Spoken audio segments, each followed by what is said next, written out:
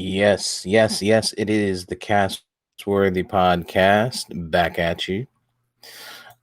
I am Big Steve, aka Last of a Dying Breed on the Twitter machine, joined today by the VP of Research and EJ1 Savage.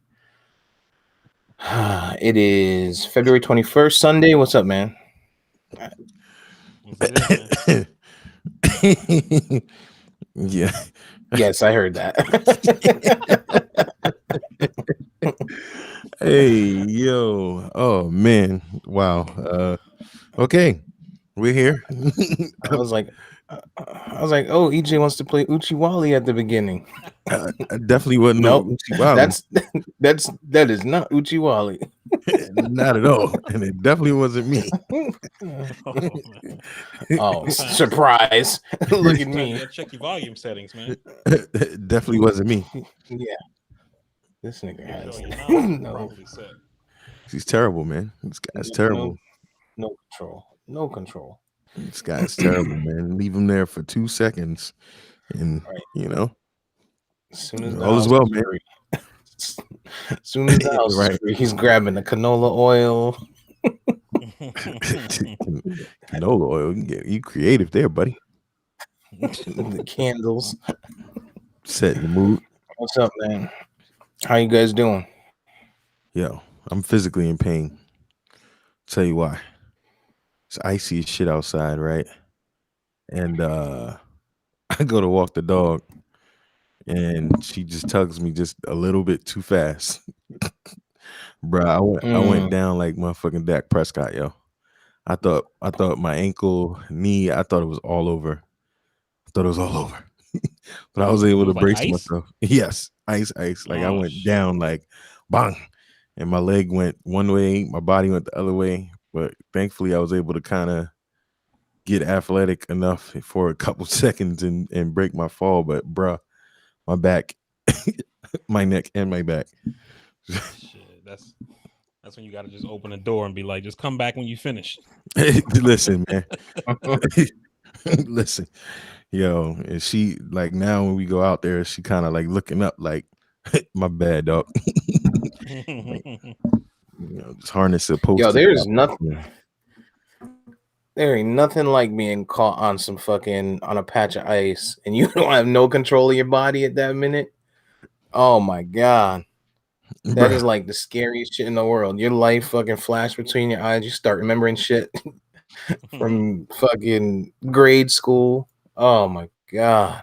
Bruh. That shit's rough. I was just glad that my leg was not trash. Like I literally it was over. It was over. I just rolled over and felt that I was okay and just got up slowly, grabbed the leash. Like dog, it was rough. It was rough. Yeah, that's how I first learned something was wrong with me, man. Was I went to Wisconsin for a funeral. It was like April, but up there that's still like peak wintertime and shit. And I slipped on some ice and couldn't get up by myself, and my uncle and my cousin had to help me get up. And I'm like, man, I need to go to the doctor, like something's up or whatever. Like, so that's when I first started going to the doc, getting tested and everything like that. So That's a definitely been shitty way to figure that out. yeah. That's crazy. Yeah. That's another reason I can't move back up north even if I wanted to, dog. Because if I got if I got caught on a fucking patch of ice and I fall right about now, oh my god. Yo, I busted my ass probably about a year ago, man. I came in from the pool, didn't have a towel down on the floor, and step too fast. I don't have any fucking rugs, it's hardwood. Oh my lord. I laid there for at least 7 minutes. I thought I was done. I was like, oh shit, I can't go to work. Oh Shit was man. rough, man. That's why, like, when I be hearing people from up north who be like, man, like, I wish, like, there's nothing like a white Christmas and blah, blah, blah. I'm like, yo, like, look at what's happening in Texas, and then you don't got no power, and it's cold as fuck. Like, man, fuck that, yo. Like, Yeah, I'll it'll take my be 70 degree Christmas any year. it don't be the snow, man. It's just right now, like the stuff that we had like a couple of days ago was like this wintry icy mix. It was to the point like it ain't even no point in shoveling this shit. Like it's just there's no point. So it's just ice everywhere, and it's like this ice is like it's like real. It's like sheets of glass out there, just like wet glass. It's like it's crazy. So Mm. it's just yeah, it's the Yeah. ice, man. That's the thing I can't deal with. When you can see it like it's clunked up white ice is alright because you take that extra care. But like when that shit is just black ice and you, you just don't know it's there, oh my god. Dude.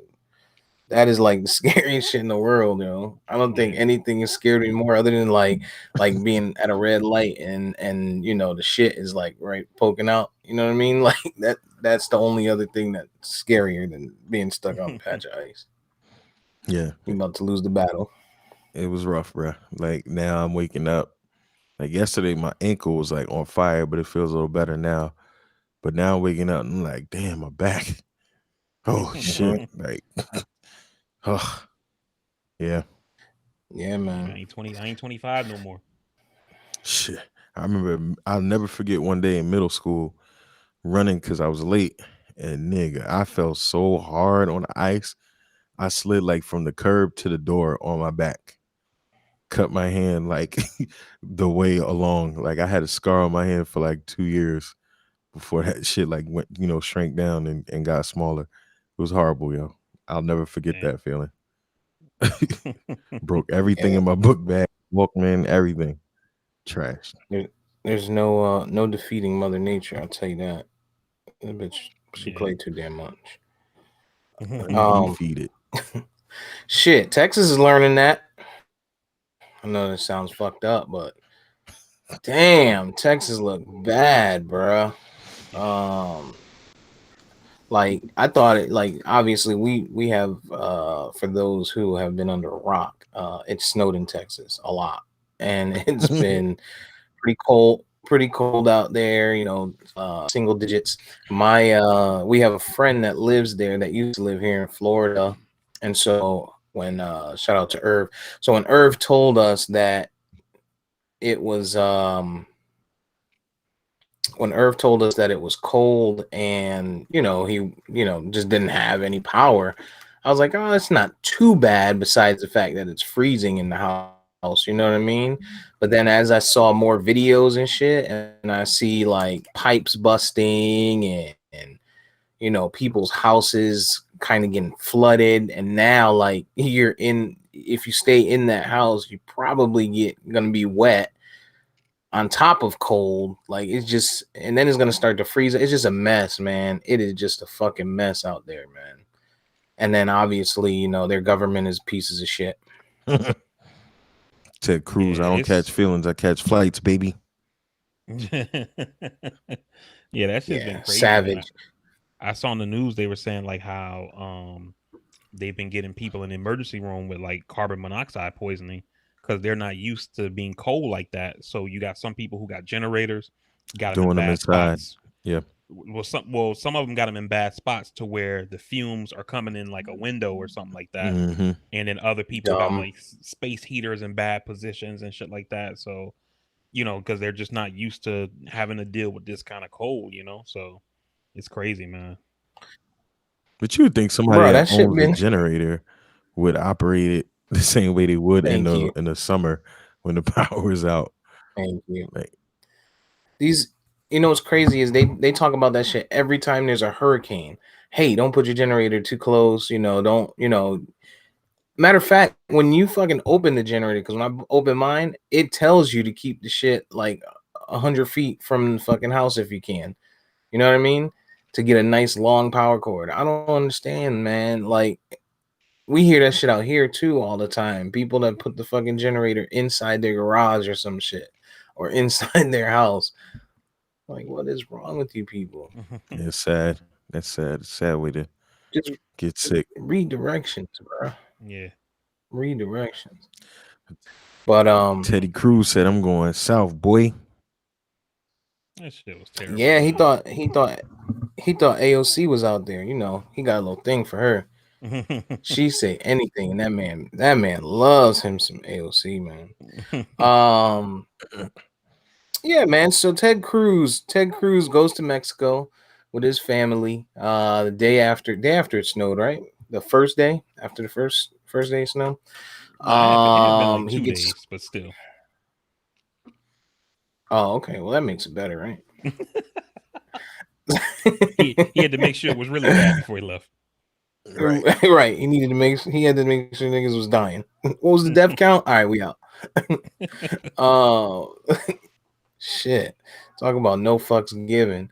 So Right. Ted Cruz took off with his family, went to Mexico, sat out in the sun for a little bit, got scrutinized all in the media, and came up with the story that his kids asked him, if they could go somewhere because it was because school was closed for the week, as if they knew that was going to happen. And he just took the flight to make sure that they got there safe. And all along he was planning on coming back the next day. So that's why he just had a quote unquote day bag. So that happened. You believe that, Mari? Hell no. Like, yo, like who takes an international flight to drop off your kids? Like you dropping them off at a fucking at a birthday party or something, yo. Like, yeah, I was gonna drop them off in Mexico and then come right back. Like, get the fuck out of here, dog. Like, that shit was unbelievable from the beginning. And the thing is that if you're in politics, you gotta know this shit is gonna come out. So why not just lead with the truth? Like, yeah, it was cold as fuck. Me and my family decided to leave to try to get some heat. In hindsight, the shit was a terrible idea and I shouldn't have done it. And I'm sorry. You know what I mean? People would have still been mad, but first you start off with, oh, we didn't have power, and so we bounced. And then they found an interview that he had did the day before saying, oh yeah, we got power. The kids been coming to our house to stay warm, you know. And then he says, oh, the kids wanted us to go. And then the New York Times got a hold of his wife's group chat thread, which, side note, their friends must fucking hate them because they gave the group chat thread to the New York Times, and you see the wife in there saying like, "Yo, it's freezing. Let's go to Mexico to the Ritz Carlton. Like, who's down?" So like the story just fell apart from the beginning. Then he said, "I was dropping the kids off, and I was planning on coming back the next day." And then the media got a hold of a source at United Airlines who told him, "Now this nigga was booked through Saturday or whatever. He didn't buy that flight to come back until 6 a.m. this morning." So that's why I'm saying, like, why not just lead with the truth instead of all of the bullshit? Because then when the truth comes out, it makes you look worse. Sad part is, I mean, as the governor, not governor, senator, you would think that you have some compassion for your constituents, and the patriot thing to do is to kind of go through this with your people and make sure they get aid and relief and etc. But this dude was just like, I got the means, I'm out, like fuck y'all. And then you had the mayor of Colorado City who resigned, basically talking about, listen, dog, you ain't built for this shit. Go to Florida.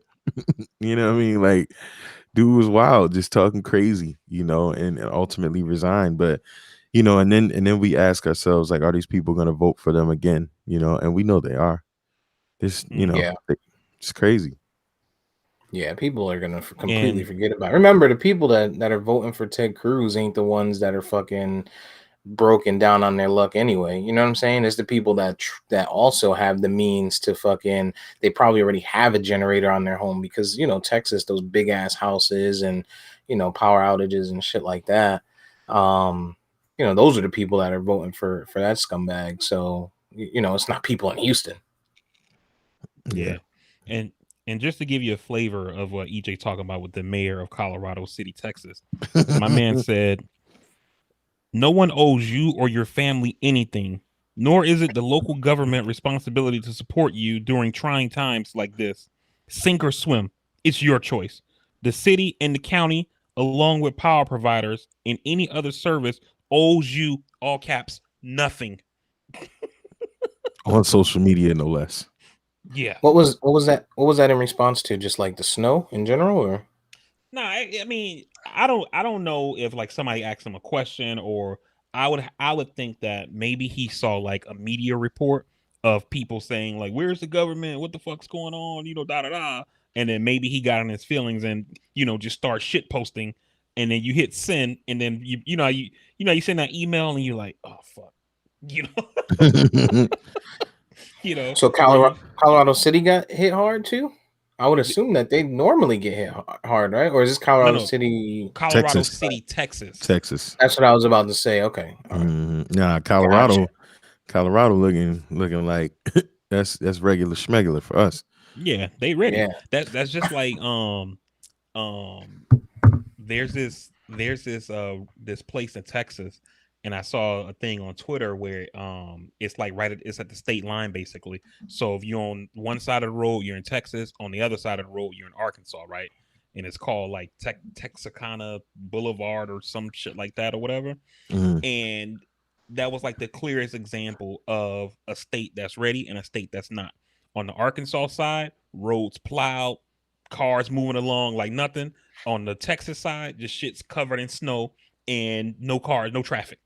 you know and so it just kind of shows you that these people are ready. States like Arkansas and Colorado and all these other states that deal with winter weather or whatever, they're ready for this shit.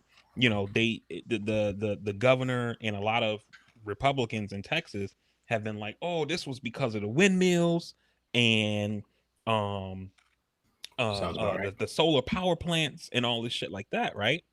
But in Iowa, it snows like crazy in Iowa, and they get a huge. Texas only gets 10% of their energy from renewables like solar and wind.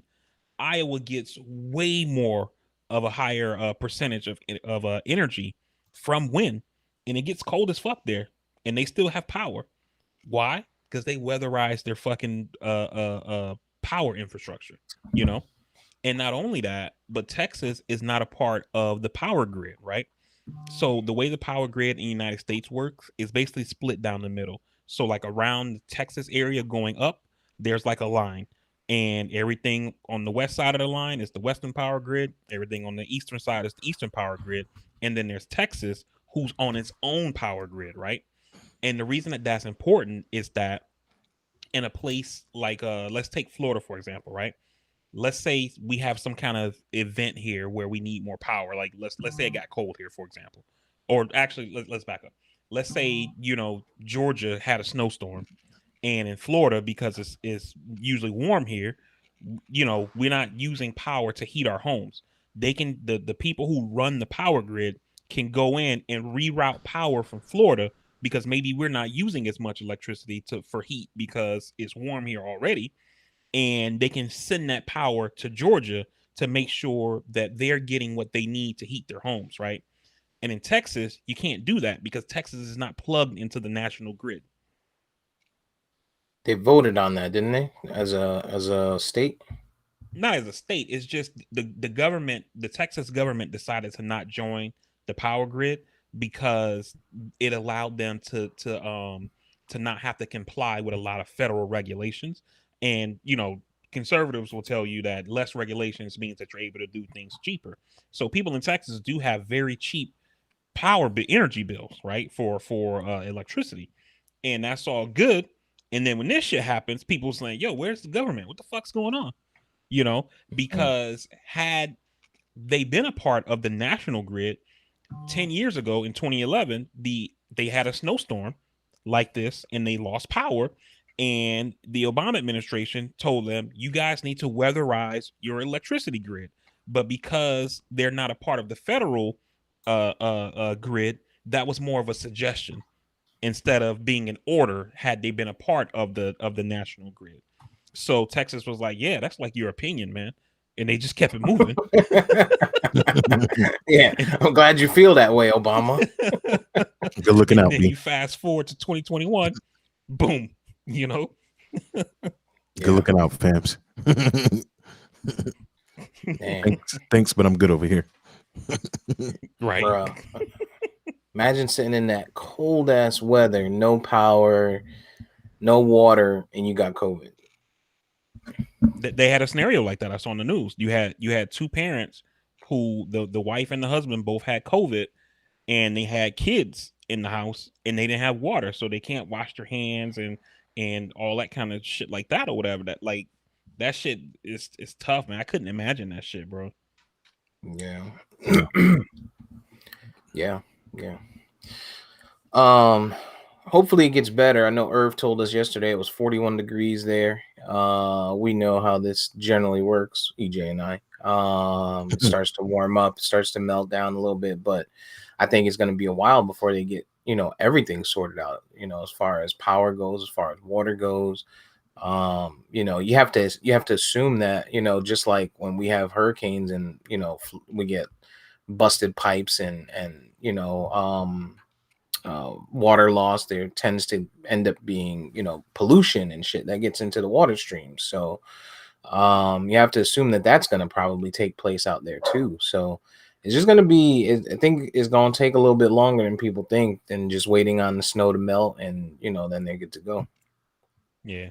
Yeah. And Steve mentioned it earlier, or not mentioned it, but he brought up AOC, Alexandria Ocasio Cortez, the congresswoman who represents the Brooklyn area of New York. She reached out to people, her supporters, her followers on IG, Twitter, etc., and started raising money for Texas. She raised a little bit over $4 million for disaster relief for the state. This is a state full of people that fucking hate her, that call her a communist and every other word in the dictionary that's derogatory. And here she is, a New York congresswoman. She don't got to do shit for Texas. You know, raised $4 million for them. Beto O'Rourke, the guy who challenged Ted Cruz for the Senate seat in 2018, he's not even in Congress anymore. He was a congressman, and then he gave up his seat to run against Ted Cruz for the Senate in 2018 and lost. Beto O'Rourke, he kept his political organization alive, and he reached out to his supporters and said, "Yo, we need to start making phone calls to check on people." They started making phone calls to people across the state, especially to the elderly, to see like, "Hey, are you okay?" And they made 151,000 plus phone calls to people, found elderly people who were at homes freezing, no food. They got care to them, got them rides to FEMA warming centers, got them food, etc. This is a guy who's not even in government. And then Ted Cruz, he's in Cancun swimming with the dolphins. Listen, man, I would have probably done the same shit. I'd have been like, you know what, honey, you wanna take a flight?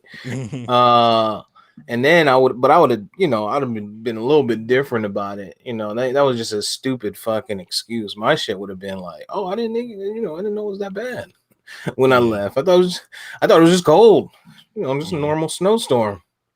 Jamel Hill told Ted Cruz on Twitter, like, next time you want to be a scumbag like that, you probably should fly. You probably should fly private.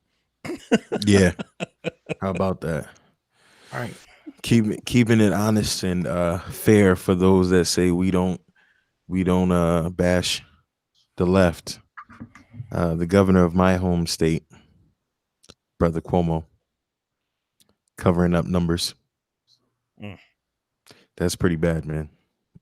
Yeah. Pretty Allegedly. bad. Allegedly.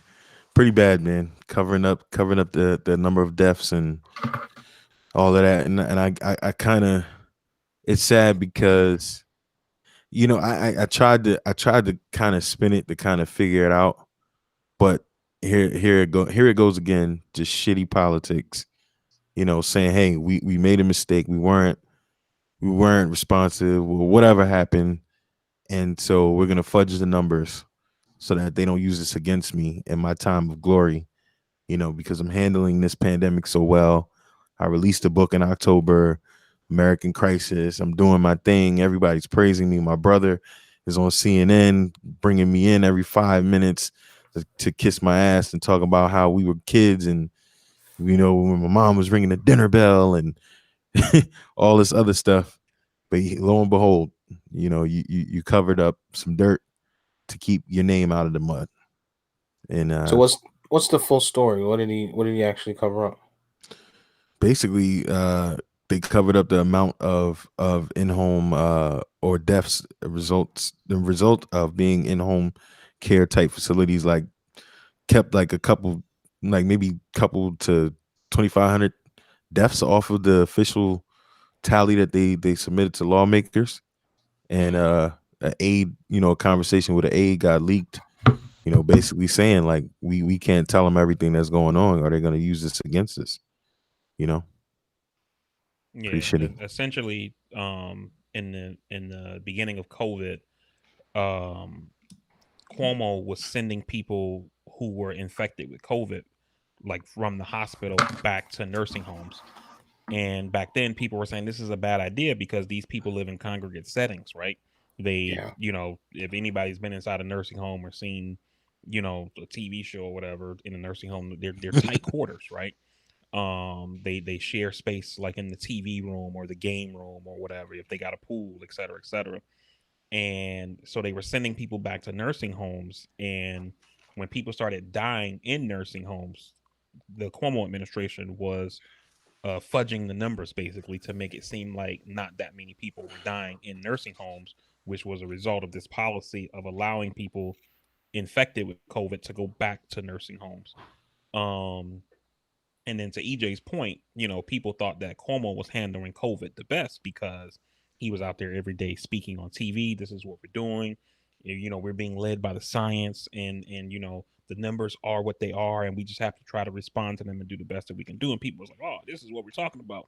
He's not telling people to pump bleach in their arms or trying to change the subject like Trump. This is real leadership. And then he wrote a book and he titled it something. I American don't know. I can't Crisis or remember the something name. like that. Yeah, but it was like one of those kind of like, look at me as an example of leadership kind of books, Hmm. and people were like, this, they literally were talking in, in the middle of the campaign saying, oh, I don't know if Biden is the guy, people who were in that ilk, EJ, saying, uh, I don't know if y'all must didn't hear that, but, Yeah, I heard you. okay. But I heard you. people were literally saying like, Asshole. "Yo, should the DNC replace Biden with Cuomo?" Because Cuomo was extremely popular at the time, And now you fast forward, and all of this shit comes out, and people are like, "What the fuck?" Like, and it basically started coming out from memos that leaked. The Letitia James, the Attorney General of New York, who's also a Democrat, by the way, she was investigating him and released documents, and now Cuomo is under investigation by federal prosecutors. I don't know if he's gonna get indicted or anything like that, but he's certainly under investigation. So this whole thing that started off looking like, man, this is a shining example of how to handle shit, now looks like, holy shit, I can't believe he was holding this guy up. And it's I bad. mean, The book was called American Crisis, providing leadership lessons from the pandemic. Nasty. if we learn anything, yeah, if we learn anything from Trump, man, he'll be fine. All right. I mean, you can't. How can you hold this guy accountable? All he did was, hide some numbers, right? Mm-hmm. That is I mean, bad. It's bad fuel for the right, because he, for so long, Cuomo was the gold standard. He was the Democrat, banner during this whole thing. And I mean, CNN. I mean, I haven't watched Cuomo on CNN. His brother. I haven't watched him since this, but I am curious to see his response or what he's been saying, because boy was he proud to have his brother on there. They had segments for half hour on there, just building them up. And now it's like, damn, like, you didn't tell me, man. Like, you didn't tell me. how's that? Yeah. How's that any different than DeSantis? You know what I Well, mean? I mean, the difference really is that Cuomo is saying, hey, look at me, look at what I'm doing as an example, Oh yeah. shine the light on me because I'm awesome, da da da da, right? DeSantis is fucking it up, and people are saying, hey man, you need to do better, and he's like, hey, fuck you, He's like, par for the course, dog. I do what I do down here. yeah. And I mean, as an example, this week it came out that a guy who was a campaign donor to DeSantis got COVID vaccine for his area. And essentially what happened is that DeSantis opened up a like a mobile testing site, and then they put restrictions on the testing site saying that only people who live in these zip codes, not this county, not this city, in these zip codes can use this testing site. And these zip codes were a predominantly white, predominantly affluent area that this guy who's a real estate developer helped. It was like basically one of those, like a new construction kind of communities that pop up or whatever. And only those people can be vaccinated. And then people are like, yo, what the fuck? Yada, yada, yada. And DeSantis was like, if they got a problem with it, then we don't have to send vaccine to their county. Essentially saying, hey, shut the fuck up or you don't get no vaccine. And this is one of the problems with the vaccine rollout. And I think it started under Trump and now it's Biden's problem. And I think that I heard this question asked at the press briefing with Press Secretary Jen Psaki. She gave an answer where she basically said a lot of words, but didn't really answer the question. And I would like to see people press Biden on this more, because when Biden had that town hall on CNN this weekend, somebody asked him, hey, how come you guys are only sticking with, the elderly? Why don't you change it up? And they were asking a question in regarding to teachers getting the vaccine. And Biden basically said, look, we can make recommendations through the CDC, but I can't tell the governors how to give out the vaccine. It's up to them.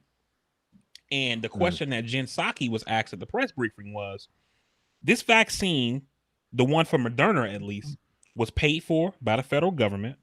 The federal government approved it. The federal government distributes it. The people who get it for free because the federal government is paying for it. Why the fuck can't the federal government tell the states how to give it out?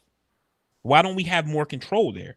Because at this point, they're doing this 65 and older and essential workers or whatever, but they need to be a little bit more nimble with this shit, because you look at places like Long Beach, California, and Mayor Robert Garcia out there in Long Beach. Long Beach is a city the size of Atlanta. They're vaccinating everybody because they're not doing that shit like the way that the federal government tells them 65 plus. They're giving it to who wants it. And he did an interview with CNN where they're at a vaccination site. I mean, not CNN, MSNBC. People in line, young, old. Oh, Mr. Mayor, you're doing a great job. This guy is awesome. Like, people just bigging him up because he's handling COVID extremely responsibly. Now, for him, it's personal because his mother and his stepfather both died from COVID. So, it's probably really personal to him. But at the end of the day, this is a guy who seems to be doing it right. The people who are his constituents think that he's doing it right, and they don't really have a lot of problems there. Except for unhappy Californians. I mean, you have the ones that are happy, but you have the unhappy ones. I mean, call me crazy, but I don't see like major harm in what Cuomo did. And maybe I'm just blinded because of how fucking corrupt the government has been for the last 4 years. In general, like our fucking, national federal government has been the most corrupt thing that we've seen since fucking organized crime in the 90s. And you're going to tell me because this guy covered up some numbers of some people that died? I mean, listen, and it was early on. Niggas ain't no shit. Okay, let me paint this picture for you. Your mom lives in a nursing home, and the governor is telling you that it's okay for people with COVID to go back to, or let me back up. Your mom lives in a nursing home and you were considering taking her out and moving her into your home because you thought, man, they live in tight settings in nursing facilities. I should probably bring my mom to my crib to make sure she's better, to make sure she's safe. And then the governor, your highest elected official in your state, is telling you it's totally fine for people with COVID to be in a nursing home with people who don't have COVID. And you say, well, this guy it's the government. They have a state health official, and he is in regular contact with the CDC. So if he's saying it's all good, it must be all good. Fast forward, your mom got COVID and then died. Do you still think it'll be okay? What he did? Absolutely. Because it's just the same as going to work. It's just the same as going to the fucking to listen. If they're not gonna shut down fucking restaurants and they're not gonna shut down fucking uh grocery stores, you it's the same shit. Like But here's it, and he did shut hospitals. it down. He did shut that down in New York, though. Yeah, and And hospitals. But here's the thing: if the hospitals are getting crazy, at some point you have to discharge these people, right? After they've been seen, after they've been treated, and they're okay to go back. It's up to the nursing home to maintain the safety of everybody else around those people. Bring them in, put them in a quarantine unit, maybe on one wing of the nursing home, etc., and then make sure that they're not using those areas that you speak of, Ari, the shared TV room, the game room, and shit like that. I mean, that's responsibility of the nursing home. That's responsibility of them specific. Now, him covering the numbers, yeah, there's a problem there. But like the way people are making it seem, I don't think it discredits his handling of COVID. I well, think he did a pretty good job. it does discredit it because it doesn't tell the accurate picture. It basically says that you have lied to pump yourself up. So do we really know that you are doing well all across the board? That, not saying that he didn't, but this event then raises the question of integrity to how well you really were doing. So it's like you knew you were covering shit up, and then you were being pointed as the poster boy. You wrote this book, you did all these things, but you knew you had a deep dark secret that you were lying about how well you were doing. So the question then gets to be asked, well, were you really doing well in the first place? Mm-hmm. Yeah, I mean, there's more to it than to me, right? And this is again my personal thought. There's more to it than just the numbers. Like, there's the handling of it. There's the responsibility piece to it. And New York shut shit the fuck down, and it's a hard city to shut down. You live there, EJ. You've been there. You know, But it's that's the point, Steve. City, not state, almost the governor. state. And It's a hard. Listen, when New Bill De Yorkers. Blasio, This it ain't Miami, Vari. It ain't fucking just mad Haitians and shit. Like in New York, when you're thinking about beyond even just the city limits. There is mad Haitians in New York too. No. When I meant mad, I meant angry, not like a lot. Oh, my bad. um, Beyond the city limits, you have crazy motherfuckers like these niggas in like upstate New York. They think they're well beyond everybody. They think they're better than EJ. They think they're better than everybody. So to tell somebody in that state in general, hey, you got to stay the fuck inside, that's a challenge in its own. And I think that portion of it, the responsibility portion of it, was handled okay. I mean, when you're talking about again the numbers portion, sure, but the sending people, they're doing it in Florida. Let me tell you that right now. They are sending people to facilities in Florida with COVID, where there are individuals who don't have COVID, and I can tell you that for a fact, 100% today. right? But at the same time, our governor isn't saying, "Hey, look at what I'm doing over here. Like, I'm killing this shit." You know, But he did. he's He basically, is saying that. Oh, huh? we're open and everybody's. It's not as bad as you guys think. Yeah, he's essentially saying, fuck your feelings, and we're not shutting down. We don't care how sick we get, et cetera, et cetera. But that wasn't Cuomo. And to your point, talking about shutting down the city, et cetera. When COVID first started, becoming a crisis, the mayor of New York City, Bill De Blasio, was saying, we need to shut down schools. We got to shut down. Like, this shit is gonna get worse. It's gonna get worse. And Cuomo was like, this fucking guy, he's over here. The sky is falling. Crying wolf and all that other kind of shit. And still sending people back to the nursing homes. And then when shit started getting worse, Cuomo was like, man, nobody could have seen this shit coming. I think we got to shut down now, And Yeah. then because he was out there in the front telling people every day, this is what we're doing, these are the numbers, et cetera, people say, oh man, look at this guy. This is how you lead in a crisis. And then Cuomo was saying, hey, look at me. This is how you lead in a crisis. And then we find out you're fudging the numbers. And De Blasio did not wait to take shots at him because they again, because of what VP just said, he felt some kind of way, and now it's like, oh, joke's on you because you were lying this whole time, even if it wasn't in totality, like you're saying, Steve, to all of the numbers. which we don't know, which could come out after this investigation. Some state numbers all around could have been fudged if they were doing this. But it's still just like it's a black eye. It's a black eye, and it's ammunition, unnecessary ammunition for the right, in this instance, especially as it goes to coronavirus response. Man, de and Blasio that just point wants that the EJ job. that point that EJ made is spot on about it being a black eye for the left. And the reason why is that people on the left, and Biden literally said this week at his speech to the G7, where people on the left and people like me, and I would say to EJ to some extent, maybe not as much as me, but I believe that he believes this, is that the government has a role. They play a function, right? And good governance matters, right? People want the trash picked up. People, want the roads plowed when it snows. You know what I mean? And when there's a natural disaster, yeah, the government didn't cause this hurricane, the snowstorm, etc. But people want adequate responses to these things.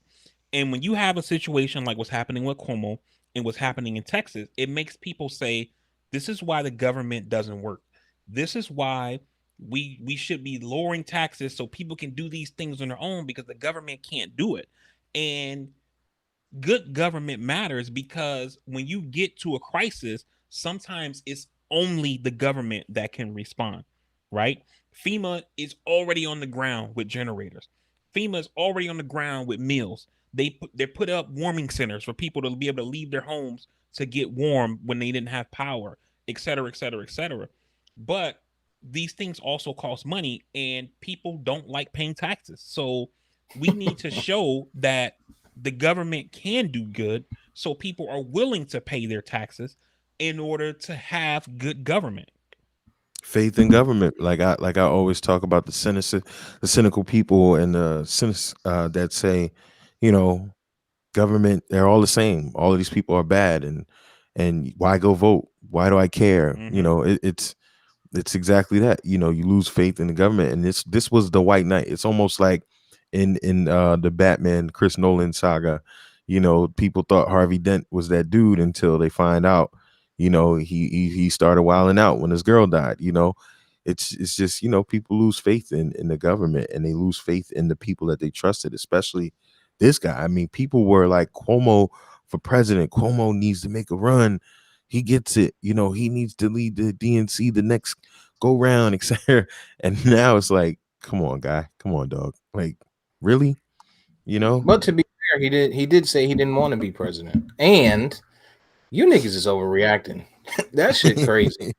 Like, I get it, but I'm not discrediting this whole guy's fucking leadership through the fucking pandemic based on, one bad decision. There's always going to be, bad decisions. There's always going to be people that manipulate, change, and do shit differently. And sure, we expect better from the government, 100%. But there's always going to be consequences. There's always going to be sacrifices. And, I'm not saying that you should be sacrificing life, but the unknown, sending people back to a nursing home, again, that is their responsibility. That's not the fucking government's responsibility to make sure that you are, following whatever COVID guidelines are necessary, etc. That's just like fucking New Yorkers driving down to Florida. New Yorkers drive down to Florida. Florida isn't doing shit. They weren't doing shit that whole time to keep these motherfuckers from coming in here with their fucking dirty ass COVID fucking hands and sneezes and shit like that. Like, it's just bad decisions, but nobody was fucking slandering this motherfucker except us, right? Well, I think the difference, Steve, is in the characterization, right? Because anytime during a crisis, fog of war, there's gonna be bad decisions made, right? You told your guys to go left, and that's where the trap was, right? But Como didn't say, man, that was a bad call I made, but now I've learned, and now we're doing this better, right? Como said, oh, this thing happened. Hey, write down something different. That, basically made it seem like it didn't happen on the books. And then say, hey, look at what I'm doing over here. I'm killing good. it. I'm killing it. You know what I'm saying? So it's one thing if the nursing home things happen, and Cuomo said, "Man, based on all of the data that I had at the time, it seemed like sending people infected with COVID back to nursing homes was a okay decision. In hindsight, it was a bad decision. I'm sorry, and but we're gonna do better." He didn't do that. He covered it up. But it's the only decision. There's no other decision. Like you can't have these people just sitting in But that's hospitals what you for. know now. And this may turn out to be the How's only that bad any? decision. How's it being what I know now any different from what you know now I and what agree. Right, everyone else? but at the end of the day, though, Steve, the issue is that you occupy an area of public trust, and the people are counting on you to deliver them the truth. Right? People got to be able to eat their vegetables, and you can't try to protect people's feelings. That's what Trump said at the beginning. Oh, I didn't want people to panic. Tell people the truth, and then let them decide how they feel about it. I agree with Steve. Like you operationally probably won't have any other choice but to do it. And I don't think that's what's in question as much as the fact that instead of telling the truth, you continue to act like you were the poster child for the response when you're just as guilty or bad as anybody else. Not in the sense that you caused the deaths, but you lied about them. But the and same and that's people that are. and that's exactly my point. I'm not arguing the decision, right? Because, like I said, at the time, the facts on the ground might have said put the people back in the nursing home. I'm saying own it. That's the issue. Is that he didn't own it. He covered that up to make it seem like there's nothing to see here. So the same people that are going to criticize it is going to be the same people that sat here and they're like, oh well, Susie Q had COVID and then she died 6 months later, and you guys are now calling it a COVID death. Those are the same people that are going to be critical of that, like no doubt. So you can't have you can't want in one hand shit in the other and then call it the same. Like you're telling me, oh well, you're saying there's too many deaths, everything that comes across, and so every time somebody dies you're considering it a COVID death. You guys are fudging numbers and making up stuff, and you're kind of blowing up this COVID thing bigger than it needs to be. And then on the flip side you're going to be like, I can't believe you said all those people didn't die from COVID. You know what I'm saying? Like, make up your fucking mind. Which do you want? Because okay, so here's the difference, right? Let's say you're reporting those numbers out, right? And you actually report out what the real numbers are.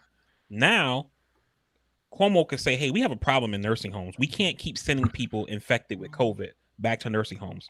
So you know what they could have done? At that point, Cuomo could have reached out to the federal government, got them to bring in the Army Corps of Engineers, like how they built those pop up, hospitals at the Javits Center and places like that. They could have went in and rejigged these empty hotels and said when people get out of the Hospital. hospital with COVID, we're gonna send them to these empty hotels, and then we'll reimburse the owners, et cetera, et cetera. Well, not But not not only by that, fudging the numbers, it makes it seem like there's no problem here. and not only There's nothing that, to resolve. even if they didn't do that, and let's just ride what Steve's saying, because what Steve is saying is extremely valid. In a nursing home, you have nurses, CNAs or nurses or healthcare staff that should be able to understand how to isolate and help these people stay, away from each other. But if he did tell the truth about what was happening, maybe he should have also then ramped up on the oversight of these facilities to say, hey, it's even more imperative that we make sure that nothing is happening here because there is a problem. He literally just kept on going as if nothing was wrong.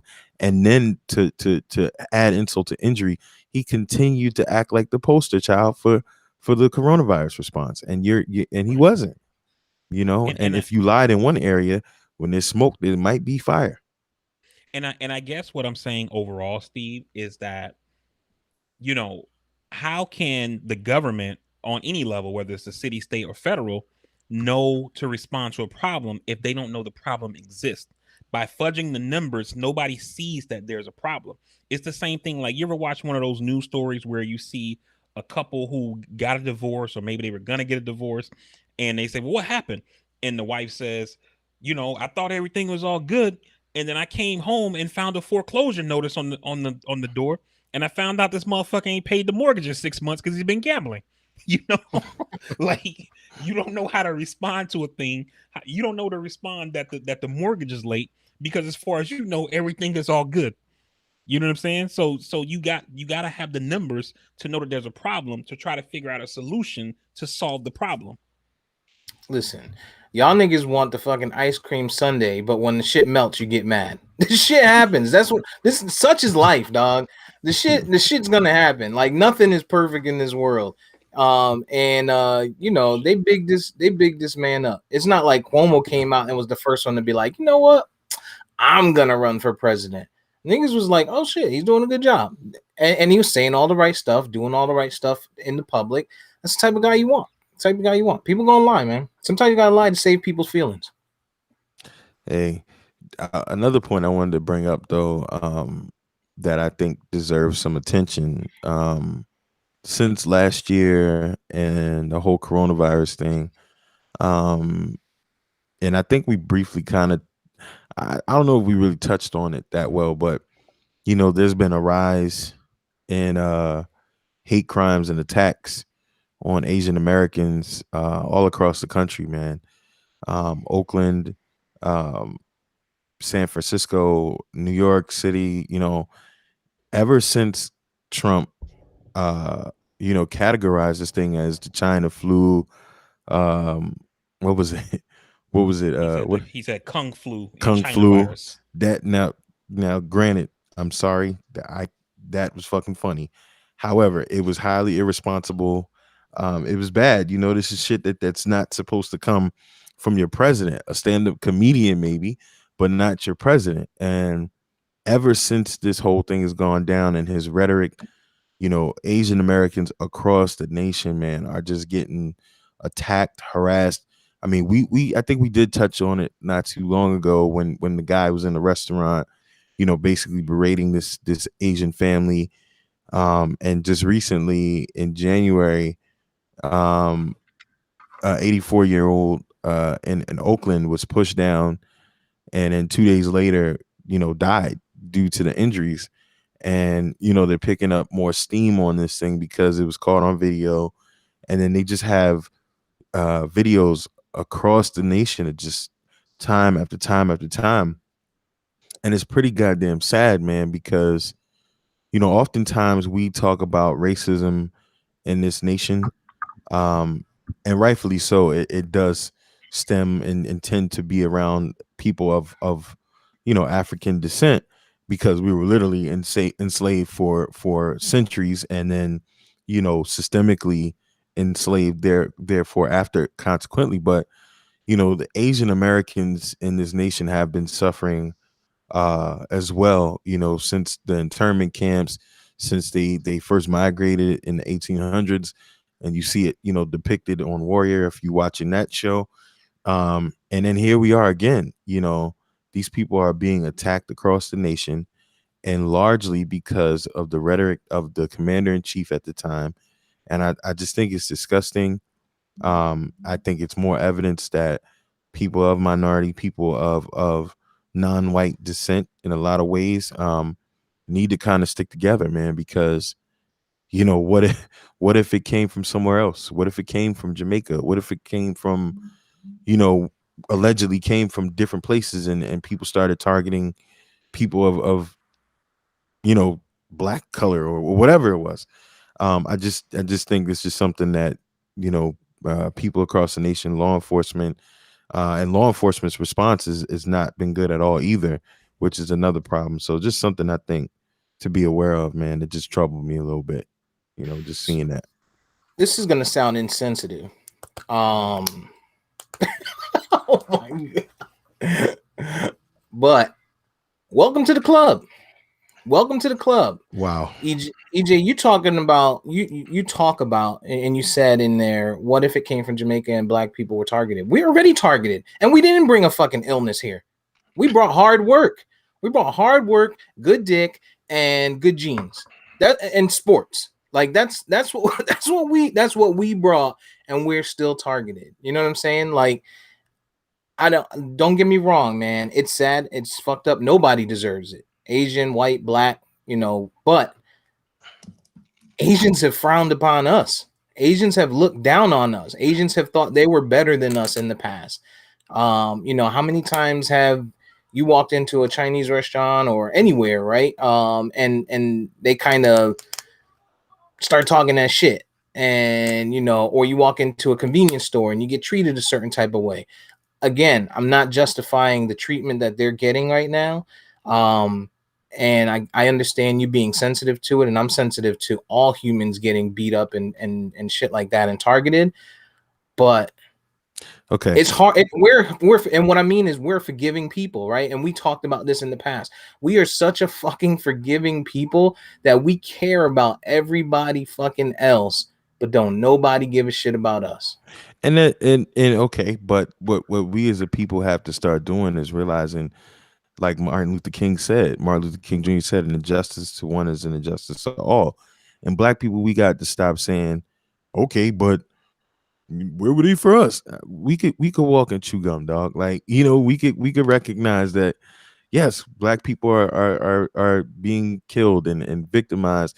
I mean, shit, you've got on me for keep, bringing up another case of police brutality, etc. Like, yeah, I mean, I know what's going on, and at the same time, I think we do a disservice to ourselves as people of color to not realize the humanity in seeing other people's issue. Not saying we have to go burn things down, but there were Asian Americans on the front line for us, and when George Floyd was murdered, and it's just that's just what it is, man. Like, and then you speak about the treatment that you might have gotten when you go to different stores. Listen, prejudice is prejudice everywhere. Asians and black communities, you probably said all types of wild shit. I mean, I know as African Americans, we said all types of wild shit to Africans that came here. Shit, Vari comes from Haitian descent.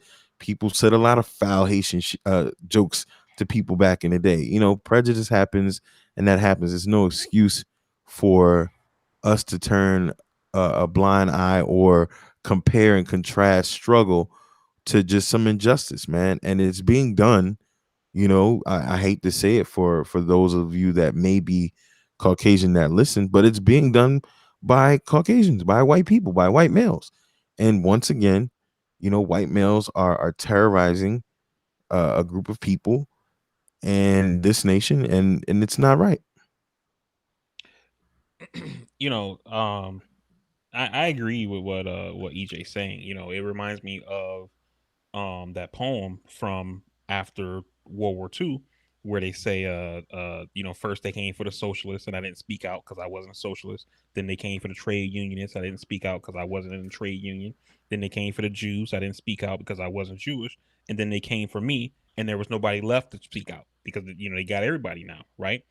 And I think us as people of color have to speak out against this kind of shit to say that this shit is not okay, right? And like EJ said, with the show Warrior as an example, there's a scene in there where there's like a huge riot. We know about the race riot in Tulsa and everything that happened in the Red Summer of 1919 and through 1921, and the race riots all around the country, basically throughout the country's founding, right? And the one of the two of the key things that happens in these types of events is one is normally led by white people, like EJ said a moment ago, and two, there's no accountability when it's done, right? And I think that this is something that we need to hold Joe Biden accountable for, not just at the federal level, but also state and local officials. And what I mean by that is that attacking someone, targeting someone because of their, race, their sexual orientation, gender, whatever, that is a hate crime, and we have laws against hate crimes, and the Biden Justice Department needs to come down on these people hard. Let's start using the law and make some fucking examples to show people that this shit is not okay. The same thing with the insurrection on January 6th. You know, you have thousands of people there, and so far, I think there's like been a little less than 300 charged. And I know there's going to be people that they don't ever find, right? But for every person they do find, they need to prosecute these people to the fullest extent of the law, to show, to make an example, to show that this shit is not okay. You know what I mean? And we have to do that. But I do think, like EJ said, that we have to stand together with Asian people to say that this shit is not okay. It's not cool. I saw a video on Twitter this week of a woman, a senior citizen woman, being attacked. I believe it was in New York, and people were standing around watching. And then the cop said later that people did chase the guy or whatever, but initially people were just standing watching while this young person is assaulting this senior citizen. Like, what kind of fucking world do we live in right now? Yeah. Yeah, I like I said, I get it. I still feel like everybody's life, everybody's safety is important. And it sucks because we went through this whole and we continue to go through this whole thing where people against Black Lives Matter use the phrase and coin the phrase all lives matter. But ultimately, that's what I'm saying. You know what I mean? And I don't mean it in the way that they're saying it, right? I'm not saying, well, all lives matter, so Asians don't matter, like they're saying all lives matter, blacks don't matter, right? Anymore. I'm just saying that, to me, welcome to the fucking club, dog. You know what I mean? And I'm not saying it's right. I don't say that it's warranted. I don't say that they deserve it. I do think that they deserve justice. I do think that they deserve to be treated human. But guess what? So the fuck do we, man. So the fuck do we. And I think we need that from everybody. We need that just the way that black people can self-reflect and black people can, be so forgiving. Everybody else needs to be forgiving of black people, and they need to reflect and be like, you know what? Maybe some shit is kind of fucked up. And you guys talk about, you do talk about white people, but kind of being the to be devil's advocate, when we saw all them people marching for fucking George Floyd, those people on the front lines in Washington and shit, that wasn't fucking black people. That was white people. Those was a bunch of fucking stoners and fucking hippies and shit like that standing out there. That was the bulk of what you saw on the news. That was the bulk of the people that you saw out there representing. And we've talked about in the past, the availability and the access to that type of thing and the not needing to go to work and stuff like that. But listen, man, we can't just blame white people. We're gonna say that, we're gonna do that. That's the same thing as saying that, saying that the Asians don't deserve to get beat up. White people don't deserve to be blamed. As a culture, right, or as a people, those individuals need to be targeted just the same and held accountable just the same. But we can't just say all white people are bad because those people are bad. It's the same as them saying all black people are bad because certain black people break laws. Nobody said all. It's just identifying who is largely behind the attacks and behind the hate crimes. Largely behind the hate crimes. Not saying all anybody for all anything, because the same way you're saying what you're saying, there's a ton of Asian people that were on the front line that said, "Hey, I've been to the party, motherfucker. So don't welcome me to some shit. I've been here." My grandparents were put in internment camps as citizens in the 40s. We've been here, motherfuckers. So, we're not trying to generalize anything. It's just, like you usually say, it is what it is. Yeah, yeah. Another thing too, though, real quickly, VP brought up the January 6th events. It's kind of crazy when you think about it. Maybe like 10 or 15 or 20 years from now, and Steve, you said, or one of y'all said, they may not get everybody.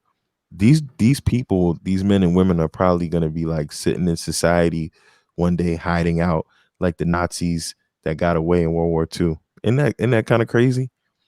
Yeah. They'll be sitting there telling the stories like, yeah, I was a part of that joint, but they never caught me. Like that's kind of crazy. Yeah. They already doing that. Some of them probably out there bragging. You know what I mean? Oh yeah, I was there. They haven't caught me yet. All right, dog. Technology is a motherfucker. They'll get you. Yeah. I mean, Did but you? it's a Go ahead. finite amount of time though. Most federal crimes only carry a 5-year statute of limitations. So Right. once you get past that 5-year mark, January 6th or January 7th, 2026. 2026, you good, you know. Free. So Yeah. Yeah. Um, did you guys see never mind. We'll circle around to that. Yeah, man, everybody, we just need to start acting more human as a people in general. We need more of those We Are the World songs. We need, and where are the entertainers when it comes to this? And again, like EJ says all the time, we can't look to them to be our leaders. We can't look to them to be, the voice and the saviors. But there's one thing that brings us together. It's fucking entertainment. It's movies, it's fucking song, it's music, and that everybody can get a piece of that, and we're not seeing that. As bad as some of those individuals were on the We Are the World, and we saw Michael Jackson's face, like dog. There was still a message there, and there was still an agenda and a goal to that, and I just we're not seeing that. We're not seeing that right now, and I think it's more important than ever right now, for them to give us something, for entertainers to give us something like that, use those platforms. Absolutely. Absolutely. um what else we got here? Let me get back to it. Yeah. So moving on, Ted Cruz. Oh man. Whose dick gets Kim next? Who gets fuck Kim next? Who is the next star Who's the of next Keeping victim? Up with the Kardashians? Shit, I would like to be. I'll tell you that. I will hope people at some point start to get the picture. Like Nick Cannon was there, Ray J, Chris Humphries, uh now Kanye's is a victim, and like the meme says, society will paint the picture as Kanye being the problem. This Kim K's third failed celebrity marriage, no less. And Kanye is especially kind of the problem, though. I don't know. I mean, Like Vari said, we don't know what the backstory is, in any story, any divorce, but when you coming out and you spazzing the fuck out, you're not doing yourself no favors, dog. yeah, but the Kardashians are the Kardashians. Like this was like almost designed. Like this is their MO. This is what they do. Like, you know what I mean? Like I get like she's a beautiful looking woman. Game said, her sex game was bomb. I believe it, man. But at some point, brothers with bread, I don't understand, how they keep recycling other people's ladies. Like, and I understand, like, okay, you can't help who you love, I guess, but there's got to be a black cloud when you look over that household. Like, no, like, no, I don't want to do this. Like, your mom made your dad change entirely who he was. The sister had Lamar Odom, you know what I mean, about to be rock bottom forever. I mean, it's just Rock. see what I did there. It's just I couldn't, if I'm a celebrity with some bread, I couldn't, I don't know, I couldn't do it. And how much is she gonna hit Kanye for? How much is she gonna try to hit this guy for? It's There's other places to venture, I'm sure. Like I'm with you, yo. I agree. Like, they continue to go after these same bras. But when you think about it, like you grow up, you grow through, and like how many celebrity broads do we say right now? Like Halle Berry and shit like that. Like, because we being on the outside looking in, and we grew up, and she's always been a baddie, and we're like, yeah, we would love an opportunity, etc. You get that opportunity, you take it. And I think that's what happens with the Kardashian. I think that's what happened, like right now you got homeboy from Phoenix. What's the light skinned boy's name down there? who, Devin Booker or Devin Booker. Yeah, Devin Booker is dating Jenner, not Kylie, the other one. Caitlyn, not Caitlyn. Chris. Caitlyn is the father, or mother, or whatever she is. Chris. No. Chris is the mother. That's the real mother. God damn it. wow. Oh my god. What? What? Wow. It's Kylie, right? Kendall.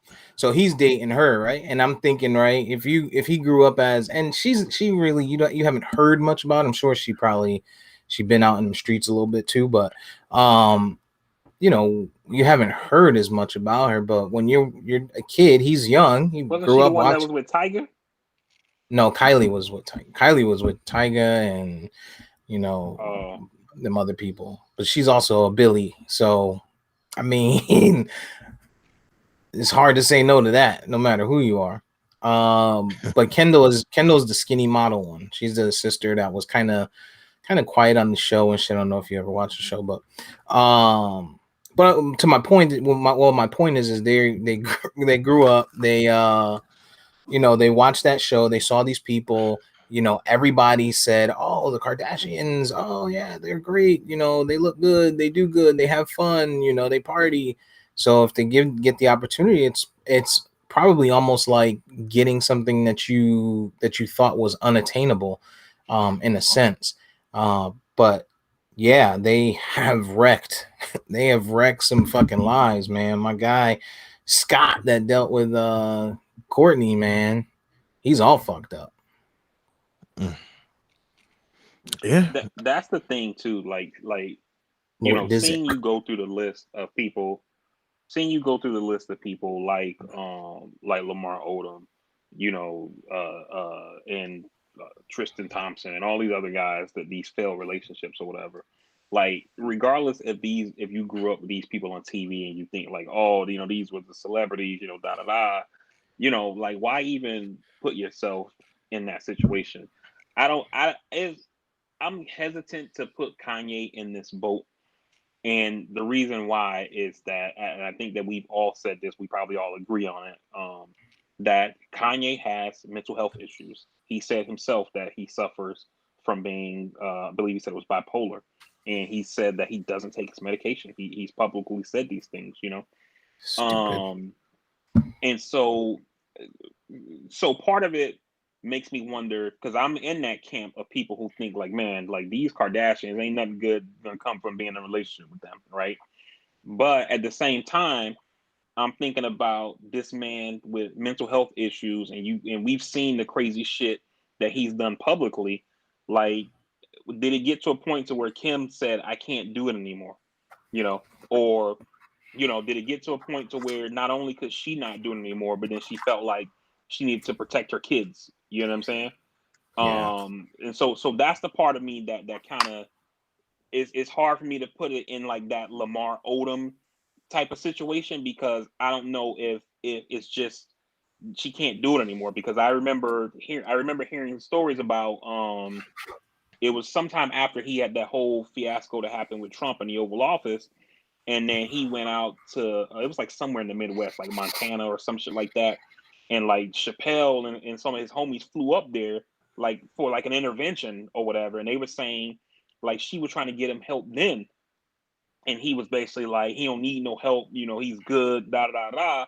And so I wonder if she just couldn't take it no more. Yeah, that's viable too. And I think, just for me, just overall historically, just looking at her trajectory Sex here, tape. just from being Her body of work. yeah, from being Brandy's stylist, I think, at one point, or because she started out as somebody's stylist, and then Nick Cannon got with it, and then Ray J got with it. The sex tape, she monetized that. She made money off of that, made fame off of that. And the list just going on and on. It's just, I don't know, man. I do commend her for her work, in trying to have criminal justice reform at the forefront. But when you say who comes in next, I don't know if I'm any guy that I take that shot. She built generational wealth for her family by laying down with Ray J. I'm not Yeah. even mad. I mean, don't get me wrong, they were already paid, but this is gonna be wealth for eons and eons and eons. You know what I mean? They got a She set TV her show. They family got up. Set her she family set up. them up. Hmm. But Nah, you said it right the first time. See, it was generational wealth. Because I mean, at first they had money. They lived in Brentwood, So I mean, it ain't cheap to live there, right? The dad, what was his name? Rob Kardashian, I think was the OJ Rob lawyer was the guy. brother. Rob You was know the he brother. or But go whatever ahead. the dude's name, the one who was OJ's lawyer, the dad or Yeah, whatever. yeah, yeah. He left them. He left them good, but they were just good. You know what I'm saying? And like Chris Rock said, you could be rich, you could lose rich, with an expensive cocaine habit and a couple of trips to Vegas. You know what I'm saying? But that sex tape, like you said, Steve, left them generational wealth because she's rich. She's probably going to be richer once this divorce settlement goes through, since Kanye supposedly is worth $1 billion now. The mom's rich, the sisters, everybody is paid as fuck. You know what I mean? So you said it right, generational wealth. Yeah, Yep. and I think the point that you made, Vari, about the kids is probably the slight difference for me, EJ, from the other dudes that she been with. Like, she was young and dumb and full of cum, and the and but like she got with Kanye, she had kids, and you have to think like nothing that we've seen has shown that she's a bad mother, right? You've never seen any type of story like that, right? So you have to think that she probably was going to try and hold it together, try to through whatever was needed to keep it together for her family and her kids, and it reached its end, and shit, we're done with Kanye. Like, we as a society are done with him. We as a culture are done with him. You know what I mean? Imagine what she probably has to deal with, like the outbreaks that he has, or outbursts rather, that he has on TV, the outbursts that he has on his little videos and shit like that. Imagine the outbursts that he has when he talks to her. You know what I'm saying? Like, I just think, I can't put fault on Kim for this one, man. And I just hope, you know, obviously she don't get back in the streets and start running around doing crazy stuff, because that's gonna make me look bad, and she done fooled me, bamboozled me. But when she was on Letterman, she seemed like she was genuine about the reform, and she was genuine about a lot of different things. So um this is probably just a bump, because that nigga is crazy. He is batshit crazy, and it's not that he's crazy; it's that he's crazy and he refuses to take his medication or go into rehab or anything like that. That's the bigger piece. Mm. Yeah. Yo, NBA All Star Weekend has been officially set up. That's next Uh, weekend, right? Oh no, March 7th, right? it's March something. They're going to Atlanta, which is wide open right now because Georgia is wide open. Um, I think this is going to end badly for the NBA.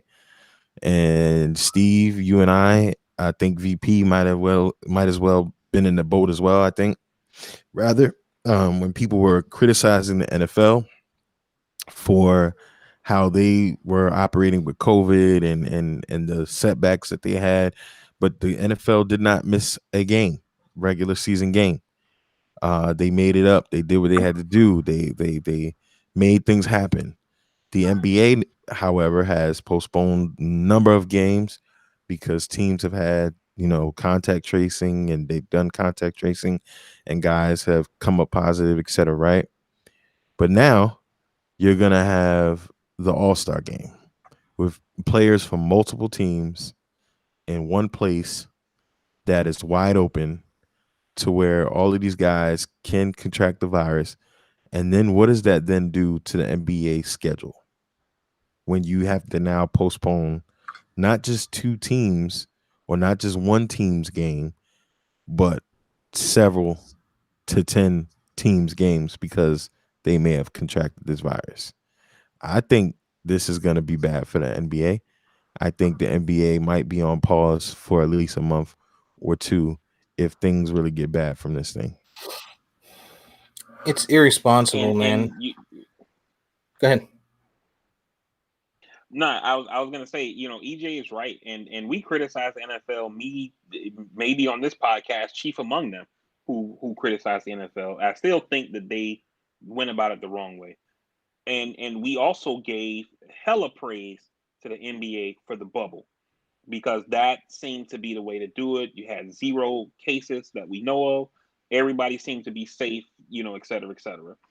And now with this regular season, the shit is insane. And it's like I said on the podcast when the season was getting ready to start, is that the problem with the NBA versus the NFL, or even baseball versus the NFL, is that they play back-to-back games in different cities throughout the week. Whereas at least in the NFL, you could play a game on Sunday. If somebody got something, they're back at home. It has that 3 to 5 day incubation period that the CDC has told us about, and then that person could test positive, and then you can start the contact tracing, et cetera, et cetera. In the NBA, you can't do that. The Heat and the Magic play each other, and then they both fly off, and one plays Atlanta, one plays LA. They fly off from there. One plays Utah, one plays the Knicks, one plays the Hornets, one plays the Jazz.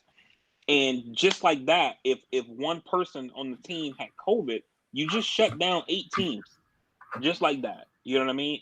And that's why having the season outside of the bubble, I know the players didn't want it, etc., was always doomed to fail. Yeah, and it's just irresponsible from a organization standpoint, and like you said, I mean, I know they've been trying to be a little more responsible with having, there's been actual back to backs. Like to your point, VP, like Milwaukee might play, let's say Denver tonight, then they play them again tomorrow. Just because they know that hopefully everybody that was on the two of those teams were healthy, and you got 2 games out of the way before they move on, and whatever goes on with that. But to that, I do say this comes down to the players, comes down to the stars. If you show up, you can't bitch. You cannot complain. I don't want to hear LeBron James. I don't want to hear Kevin Durant. I don't want to hear Kyrie Irving. I don't want to hear none of these motherfuckers that decide they're going to show up to play on All-Star Day, Sunday, the March 7th. I don't want to hear none of that. No bitching, no moaning, no fucking complaining about, the NBA, no complaining about the players union, no complaining about nothing. You made that fucking decision, because this is not a mandatory thing. This is an exhibition game. And if you decide I'm going to go show up and I'm going to play for this, then you deserve everything that comes with it, because you don't give a shit about your fucking family. Yeah, not only that, the NBA had basically told the union that they wouldn't have an All-Star game if they had started the season to make that Christmas deadline. And basically the NBA is putting this out there. And you're right, Steve, it's up to the players to push to the union and say, we don't want to do this. But up until now, nobody said, nah, we don't want them checks. You know what I'm saying? So, and we know guys like James Harden, has had James Harden, Lou Williams. These guys have gone out in the pandemic to the strip clubs, etc. So I don't know how you really going to contain these dudes from really going out there, maybe possibly contracting it and then, spreading it. And then this is going towards the entire league at one time. So I think this could be really bad for the NBA. I think it could be really, really bad. No question. Yeah, and I feel like, kind of leading back to, or not leading back, but given the conversation we had about FOMO earlier, is that when you're in a crisis, you have to sometimes think outside the box, right? And I don't know if this is possible based on like contracts and things like that, but maybe the league could have set up some kind of like regional thing where, because they're already not playing the full schedule, and then you have like Eastern Conference teams kind of battle each other, like in a Southeast region. You make a Northeast and a Northwest, Southwest, and then battle it out through there until you get to like the playoffs or something like that, and then go back to the bubble or something, and then once everything's done, the two sides meet for the championship or something like that. But the way they're doing it now, and having fans and all, it's fucking insane, man. It is insane right now. They're asking for it. Or how about this? Hear me out. And I know this is going to sound crazy. How about you just play the fucking games, because you're entertaining us already with just the regular fucking games, and go 1 year without a fucking All-Star weekend? It's not that fucking difficult. It's not a hard decision. Adam Silver should be able to make that call as as the commissioner and be like, listen, sorry guys, people safety, because it's not even just the players, it's people. We saw what the fucking Super Bowl looked like. We saw what those parties look like. We saw how open it was out here in Florida. Imagine what fucking the NBA is gonna look like. You know what I'm saying? And for All-Star Day or weekend or whatever they want to call it, it's gonna be nasty. And it's Atlanta, and it's oh my god, forget about it. It's people safety, then not just the players. and then the NBA will try to fall back on the fact of, oh, well, we're going to put these protocols in place, and if a player, violates the COVID protocols, they're going to be fined. And it's like, okay, James Harden went to the strip club in Atlanta, and you fined him $25,000. James Harden makes like $40 million a year. You know what I'm saying? Like, it's not like he's gonna be like, man, I really want to go see some ass and titties, but they talking about 50 stacks. Right. My kids gotta eat. You know what I'm saying? Right. He done already budgeted to find You know. with the stripper money. He like, I know I gotta Right. pay this $25K that way. And I'm gonna take another 25 for Magic City. Let's go. Exactly. Yeah, I think you're right. You're absolutely right. It's so stupid. It's just fucking dumb. Pennsylvania is no longer in Pennsylvania. Yeah, you going to Indy, interesting trade, third rounder this year, conditional second round, possible first round next year. They pretty much got him for peanuts, man. And Philly has to eat $38 million in dead cap. He had 38 in bonuses. Holy moly! 38 million in dead cap. Philly has to still eat. Yeah, I mean, Indy won that.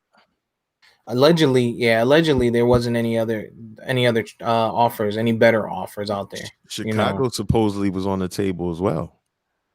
Yeah, but Chicago probably wasn't throwing picks out. Remember, they threw out their whole fucking future when they went and got Khalil Mack. So I don't know if they would do that again, especially for Carson Wentz. That as well as for Trubisky. That was just a bad decision. That was a piss poor decision.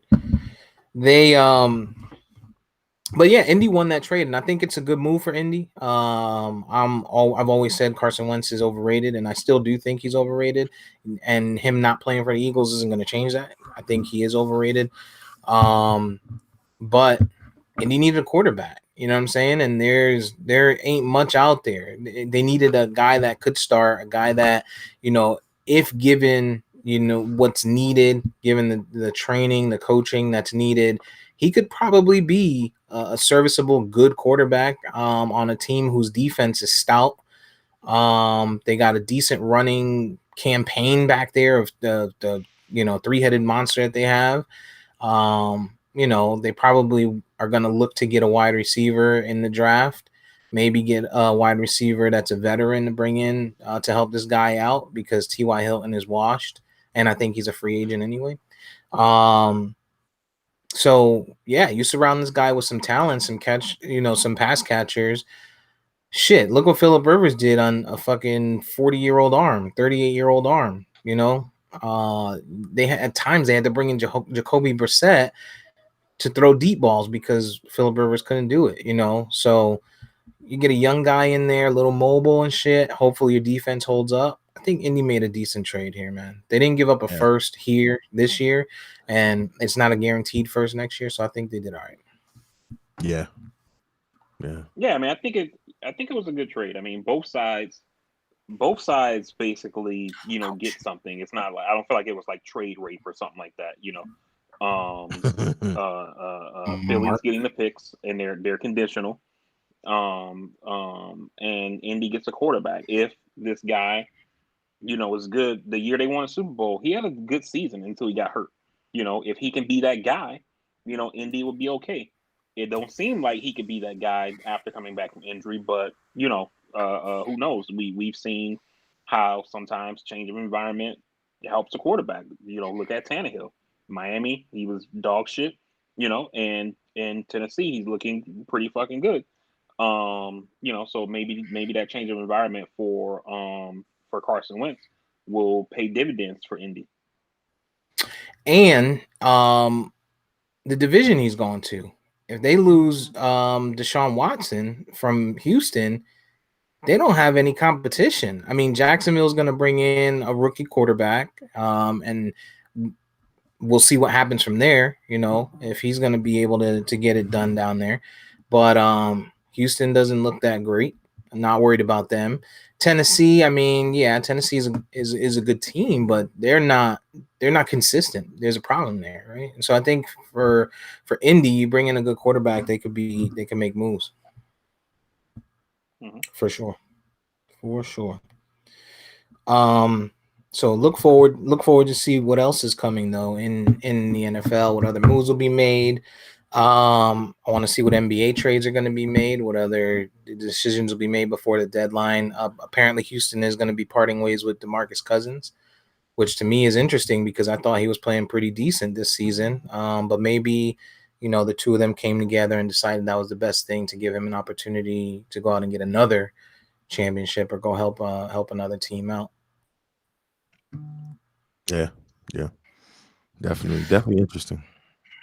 But yeah, man. So what's going on? What's on TV? What's on the boob tube? Yeah, you got me hooked on Gamora Oh. on HBO Max. So I've been watching Uh-huh. that, but it kind of fades on me here and there. But I think I'm in there largely now for investment. But it's been pretty decent. I Yeah, can't. I'm gonna get back to it today. What about you, VP? For me, I finished Warrior of the second season. Thought it was pretty good. I'm kind of wondering where things are gonna go. Also, I think that it just sucks like when a show like that gets canceled because it obviously was on Cinemax and I guess Cinemax canceled it and now it's on HBO. But you seeing like all this setup being done and then for the show to just end, you know, before HBO picked it up, it's like damn, like that's kind of like HBO has this show called Rome that happened in that show. They did all this setup for it's based on like the time of Julius Caesar and Octavian and all of them, and is all this setup happens in season one, and then season two shit starts popping off, and then the show got canceled, and they canceled it. The ratings were good, but at the time, Rome was the most expensive show on TV, and HBO couldn't justify the budget for it because they had to film on location until Game of Thrones, and then Game of Thrones happened, and people were like, yeah, you could spend $100 million on a show, like but yeah, so I finished up Warrior. Still watching Your Honor, the show that EJ put me on with Bryan Cranston. I think it has like 2 more episodes before the finale. And then I watched a movie on Netflix called I Care a Lot. I don't know if y'all saw that. It was like #1 movie on Netflix this weekend.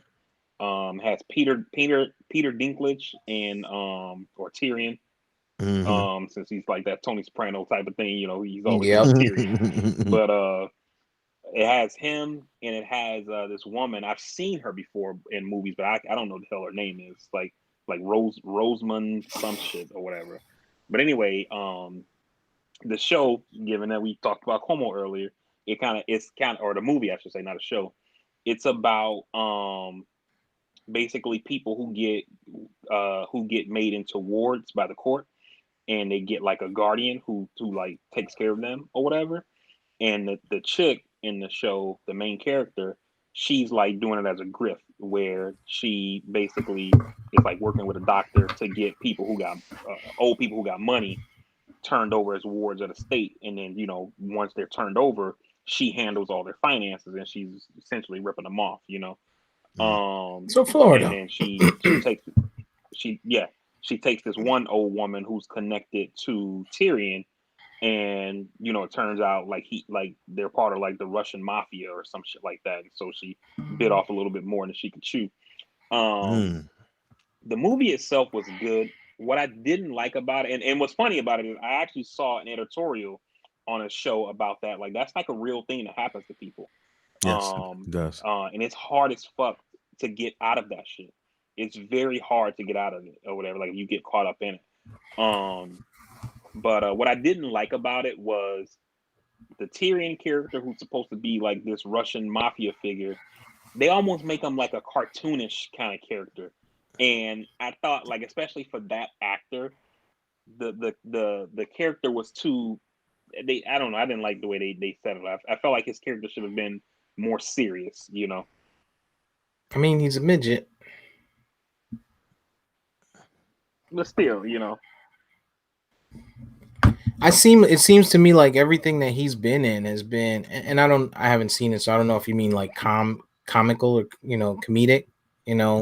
Was it more like that, or was it just like that? Because that's what I'm getting, and that's what I'm understanding is that you're saying that it was a comedic character, which No, it wasn't comedic, but No. it wasn't comedic, but it wasn't like it wasn't serious. Like it wasn't like it wasn't kind of like the Godfather, you know what I mean? Like remember in the first Godfather when they have the meeting with all the Dons and he's like, yo, I gotta bring my son back. And when he had to bring Michael back from Italy and he's like, I gotta bring my son back. And if something should happen to him, if he gets killed by a police officer or he gets hit by a bolt of lightning, then I'm gonna blame some of the people in this room. And that I'm not gonna forgive. And it's like you watch it like, damn, like, you know what I mean? Like this dude's talking to other Dons and he's like basically telling them something happened to my son, all you motherfuckers gonna pay, da da da da. It wasn't like a serious gangster kind of character. Like there's one scene where the dude comes in to talk to him and he's doing the shit that the male gymnastics motherfuckers do with the rings. Mhm. Like you know what I'm talking about? Yeah. He's like doing that thing, and I'm like, come on, dog. Like Tyrion was doing that. Yeah. I mean, how serious like, could he can't be? take that kind of shit serious. This nigga walk up to me and be like, if you touch my mom again, I'm gonna kick that little nigga across the street. If you don't get your little ass out of here. I mean, but overall, it was a good movie. I didn't like the way it ended at first. Where I thought it was ending, it goes on for like another 2 minutes, and then the actual ending I thought was better. But it was straight though. It was straight. It wasn't a waste. Okay, so it's a movie, not a show. Yeah, it's a movie. Okay. There's one scene in there that it had me rolling, yo. Like when his mom first get caught up in the shit, he sends his lawyer to go talk to the lady, and the lawyer shows up or whatever, and they're talking, and he's like, hey, you need to release her from your care, da da da. She has some powerful friends because nobody knows that she's his mom, right? Right. And the lady's like, why would I do that or whatever? And the dude was like, well, her friends could make things very uncomfortable for you. And the lady was like, how uncomfortable are we talking? And he was like, let's just say that you won't be uncomfortable or comfortable ever again. And she's like, because I'll be dead. He was like, nobody said that. He was like, nobody said that. That's funny. That's funny. Yeah. I like Tyrion as an actor. He's pretty good in everything that he's been in so far. Even like when I go back and watch stuff from before he was Tyrion, he's pretty decent. As an actor. Mm-hmm. Yeah.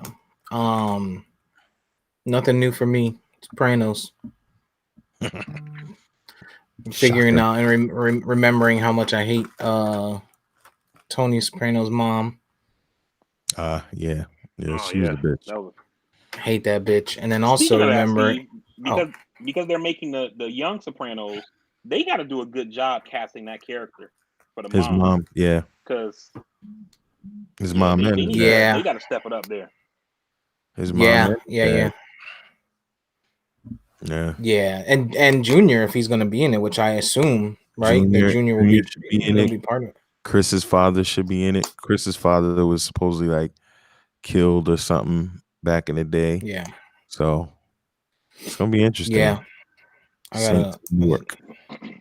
When is there a release on that, EJ? September, I think. March?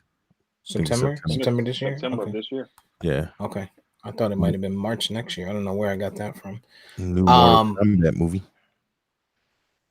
I've been watching. So yeah, there's that. I Hate the Mother, and remembering how tastefully scrumptious Carmella was before she became Nurse Jackie. She was actually all right. You know, she was okay. Falco. My girl. Yeah, yeah, she was all right as a soprano. Let me tell you. They Let had some me. good looking women on that show. Yeah, man. The Devils, though, they were the Devils. But you said something about Mortal Kombat. Is that's the Sub-Zero one, right? Yeah, it's Or a Mortal Kombat movie. Sub-Zero is going to be the lead. Might be billed as a lead villain, but it's basically it's a reboot of Mortal Kombat. It has an addition of one of the new arcade characters. I can't think of his name right now. Johnny Cage is not in it thus far, what we know, but it's basically just a reboot of Mortal Kombat. Gotcha. I Mm. don't know why I thought for some reason it had something to do with Sub-Zero. Maybe that was a game that's coming out. It might be a game that's out or coming out. Well, Um, he's featured heavily in the trailer. Like they in the trailer they play it up like because you know how Sonya and that guy Jax are like cops or something Mm. in the Mortal Kombat story, and they went to make an arrest, and the guy they were arresting was Sub-Zero, and it turned out he had like some kind of supernatural power, like he froze all their people, et cetera, et cetera. But and so that's kind of how they play it up in the trailer. The trailer looks good, you know, like now. I mean, especially you figure it's been 20 some years since the last one. CGI, all that kind of stuff has gotten way Way better. better. Yeah. So the effects that you see in the trailer looks dope as fuck, but can they tell a good story? That's been the problem with these like with these video game adaptations or whatever. Like Street yeah. Fighter was ass, all the Mortal Kombat's have been ass. The Final Fantasy movie I thought was ass. So can you make it a good story? You know what I mean? What's the one with Angelina? What was she? Tomb Raider. Yeah, Tomb trash. Raider. Yeah, that was They, ass too. but they did a second one of that too, a reboot of that. But the Mortal Kombat story, they're following more recent adaptations where Scorpion and Sub-Zero had their own like feuds and battles, and they're like animated films. And if you watch them recently, Scorpion, his family, his clan was killed by Sub-Zero's clan like viciously, and that's when Scorpion kind of made a deal with the devil kind of to revenge avenge his family rather. And so I think they're leaning along those lines where Sub-Zero in this adaptation is more of the villain than Scorpion is. So we'll see. If they're following those storylines, it'll be a pretty easy follow, and it should be pretty good. But like I said, they added a new guy who's in a new part of the arcade, so I think they're gonna make him the centerpiece and not Liu Kang the centerpiece this time. So should be interesting. Yeah, we're less than 2 weeks away from coming to America 2. Mm-hmm. That'll be here March 5th. It's Friday. Might have to take the day off. I have to take the day off to watch that. 13 though. Oh yeah, that's right. I remember. Yeah, now that you mentioned that. PG-13 rating. Yeah, I don't know why they did that, man. Maybe because it went to Netflix. Amazon. It's going to Going to Amazon. PG-13. Or I'm sorry, Amazon. Yeah, it's going to You mean Amazon. the PG-13? Yeah. I don't know why they did it. Oh, you mean instead of having the R rating? Right. Right. Yeah. That's a Yeah. big piece. Yeah. What else is coming out? Let's see. HBO Max, they've been getting a bunch of shit. Has a lot coming. Yeah, they do. See if they have anything listed. HBO Max, release schedule. That's what I'm looking for.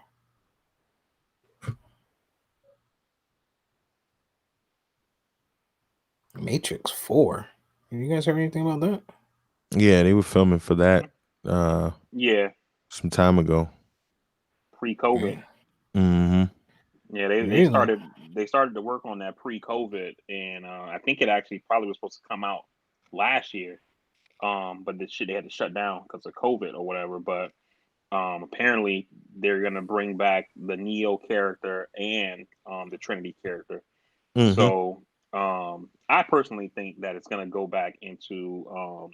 There's a lot of people, including myself, who believe that like the whole Matrix thing, like when they're in the real world, like in Zion and all that kind of shit or whatever, Yeah.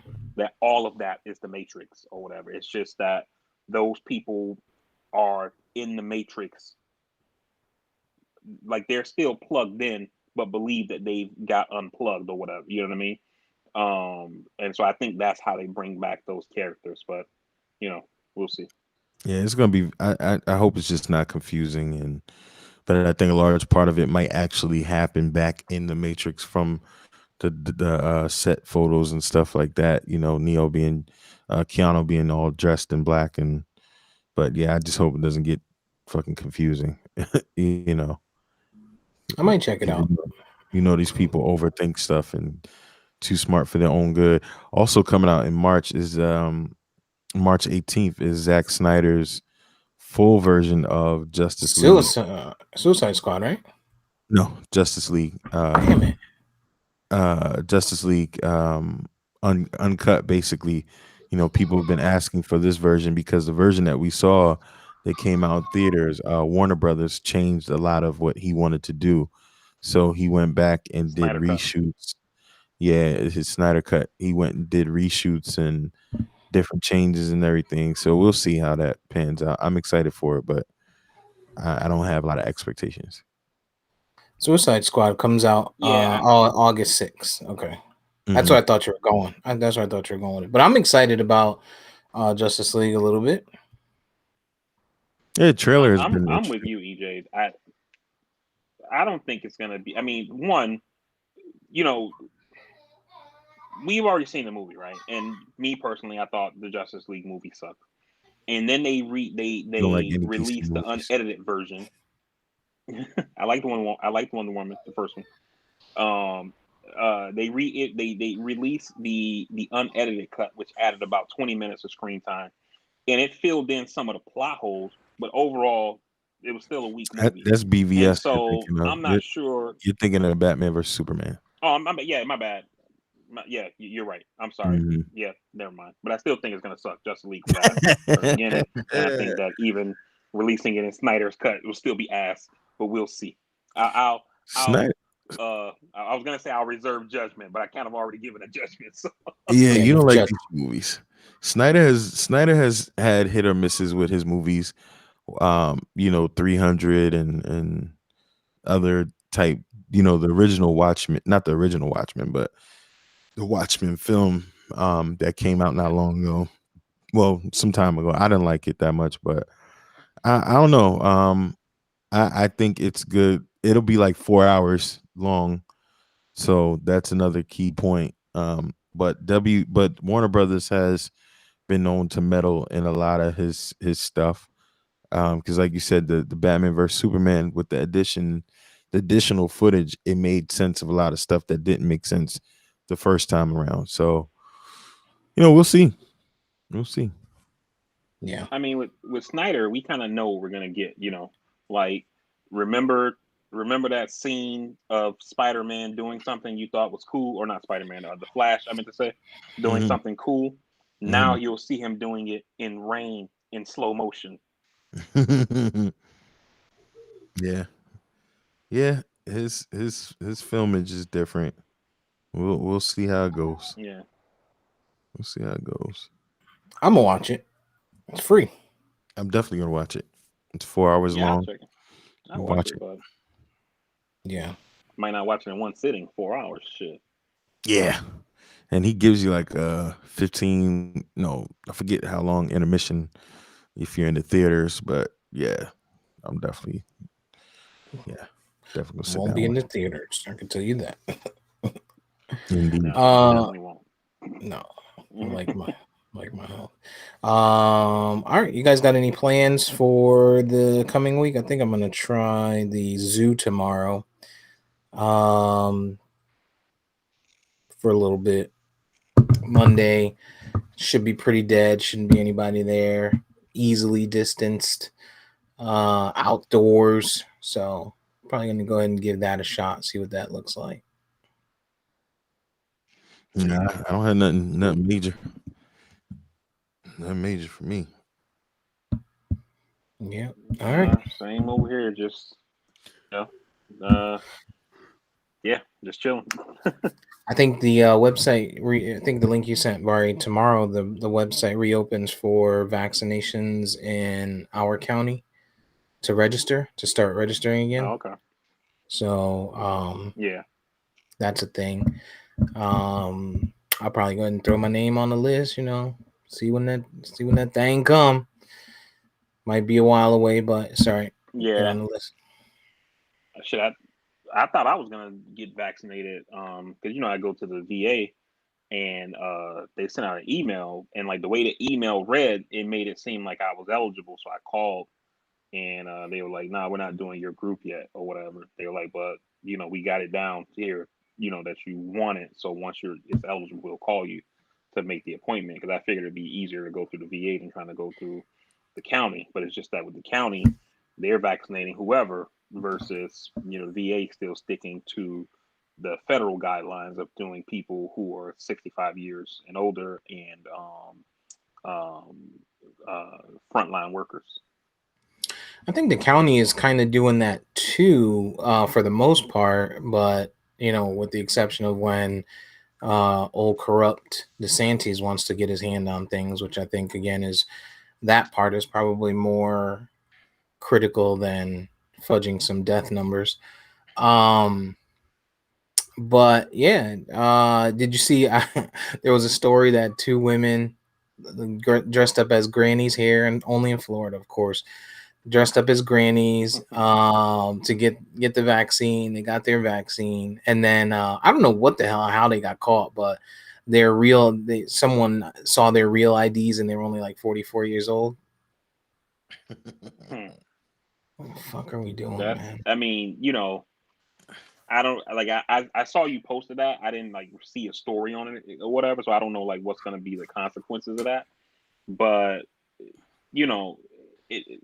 stuff like that just kind of goes to show you like how bad the rollout of the vaccine was and still is to some extent, and how much the misinformation and things like that was put out by people in the government, including the president, in the beginning, right? Because for a person like me, I still worry about COVID, right? But whenever I have to go out, which is not that often or whatever, but even when I go to my appointments, which is at the VA, right? I have my mask on. Sometimes I wear a mask and a face shield. I carry hand sanitizers with me. I don't touch anything. As soon as I leave, I'm dousing my hand sanitizer. Once I get back home, I wash my hands and all that stuff like that. I don't touch my face while I'm out. I don't rub my eyes or anything like that, just to try to make sure that I'm okay, right? Because the scientists, Fauci and the like, have told us you can go out in places, but you need to take precautions and try not to be in huge groups and wear a mask and do, those things like I just said. And we can live with this thing until there is a vaccine, or not until we have a vaccine, but until you can get the vaccine. You know what I mean? And because people don't do those kind of things, they have to do this kind of shit to get bumped up in the line to get the vaccine because they probably think I need to get the shot so that way I don't got to worry about wearing a mask and I'm going to go to the club and all this kind of shit like that,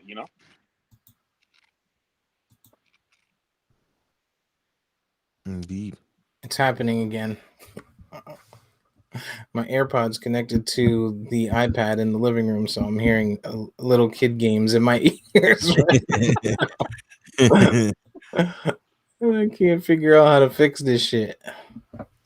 Apple, man. Swearing to Apple. Apple difficult shit. Yeah. Well, it's the flexibility of their things, the whole integrated system, you know. So once you connect a device to another device, then it just automatically connects for your convenience. You know what I mean? That's It's what they call just Bluetooth right, but you know technology. the no, what I'm saying is that like Nah, I got you. I'm just busting your balls. yeah, you know, so you in the bathroom taking a shit and your family out watching TV, and then next thing you know, the porn you're watching on your phone comes up on your TV. You know what I mean? Or on your laptop pre-production. Or on the beginning of the pod. I was like, hey, yo. I looked at my joint like, I said, no, not me. Yeah, I was like, I didn't play any music. This wasn't Uchiwali. That's what it sounded like. I was like, Oh, oh, no, it didn't. Sounded like Debbie Does Dallas. You know? Yeah. All right. So You gotta check your volume, man. Always check your volume. yeah, you should probably do that. All right, VP. So I'm gonna let you close us out. Hit us with some political noteworthy stuff that we might need to know on our way out the door. And go ahead. My earpieces Yeah. are still So messed up. the only thing happening in politics so far this week, Joe Biden toured the Pfizer factory where they make the vaccine in Portage, Michigan. You know, it's kind of like with Ted Cruz, right? Like Biden went and looked at the factory. He don't know shit about making no vaccine. It ain't like he made anything better by going there. But you know, you got to be seen politicking, right? You know, that's why you don't go to Cancun in the middle of a fucking snowstorm and all your people don't got no electricity. You go out and walk the neighborhoods and see, hey, what can we do for you? You need some help, you know, da da da. So you can be seen politicking. Then people know you can't turn the goddamn power back on, but they want to know you're there for them, you know. So anyway, he did that. This week, former senator and 1996 presidential candidate Bob Dole announced that he has stage 4 cancer. I believe it was pancreatic cancer, but I'm not 100% sure. Stage 4, big casino. So, you know, he don't got long. So, thoughts with him. The Nancy Pelosi said that she should be bringing the COVID relief bill to the floor this week to vote on it, and then it'll move to the Senate. The Senate Democrats expect to move it pretty quickly as well. So we're probably looking at the first like week or so of March for this thing to get passed, and then those stimulus checks will be rolling out shortly thereafter. Um,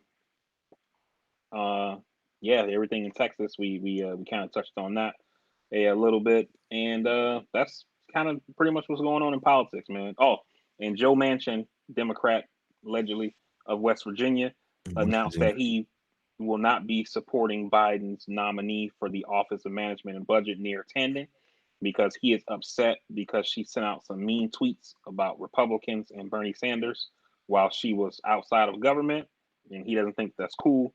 So he announced that he's not going to support her. So in order for her to be confirmed by the Senate, they would need at least one Republican to support her. So far, it doesn't look that way. Biden's announced that he's not going to pull the nomination.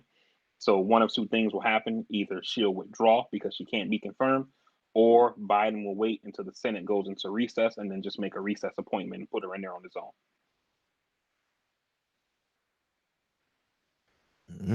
All right. Come on, Stimmies. Word. I got plans for that money already.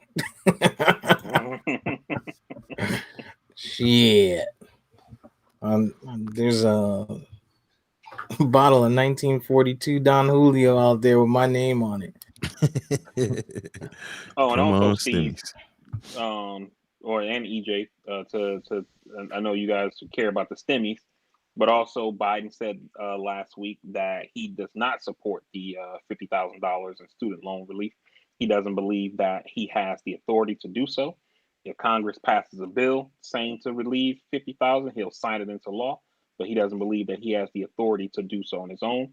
However, he is willing to do the 10,000 Piece on of his shit. own. No time frame on it. You know what? Somebody bring up an article of impeachment.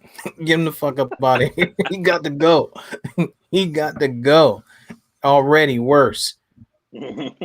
Worse in 1 month than Donnie in 4 years. He got to go. Fuck it. I'll take. Should have went MAGA. Right. I'll take 10 racks. I'll take 10 racks. Fuck it. Yeah. But and I could use that 50. That 50 be all right. 50 might clear things out around here. Indeed. All right. Anything that you want to speak about, EJ, before Vari gets us to his takeout? Nope. All right. I'm good to go. All right. Well, VP, if you will, the stage is yours, sir. All right, everybody. Thank you guys for joining the podcast again this week, especially those who.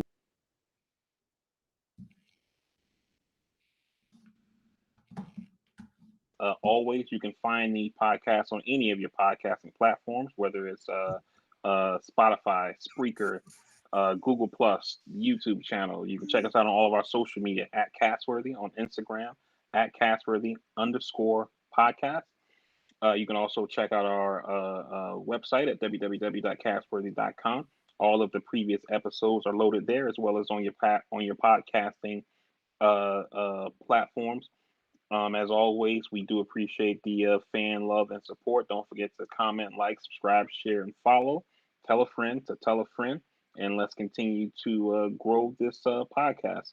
We will see you on the next one. If you are any of those states that are affected by this winter storm, please be safe.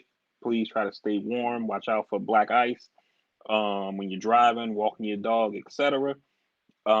If you're in Texas and if you're listening from Texas, there are parts of Texas that are still under boil water advisory. So definitely make sure you're following your local and state health advisories to take the proper precautions. And on that note, we love you guys, and we will talk to you on the next one. Peace.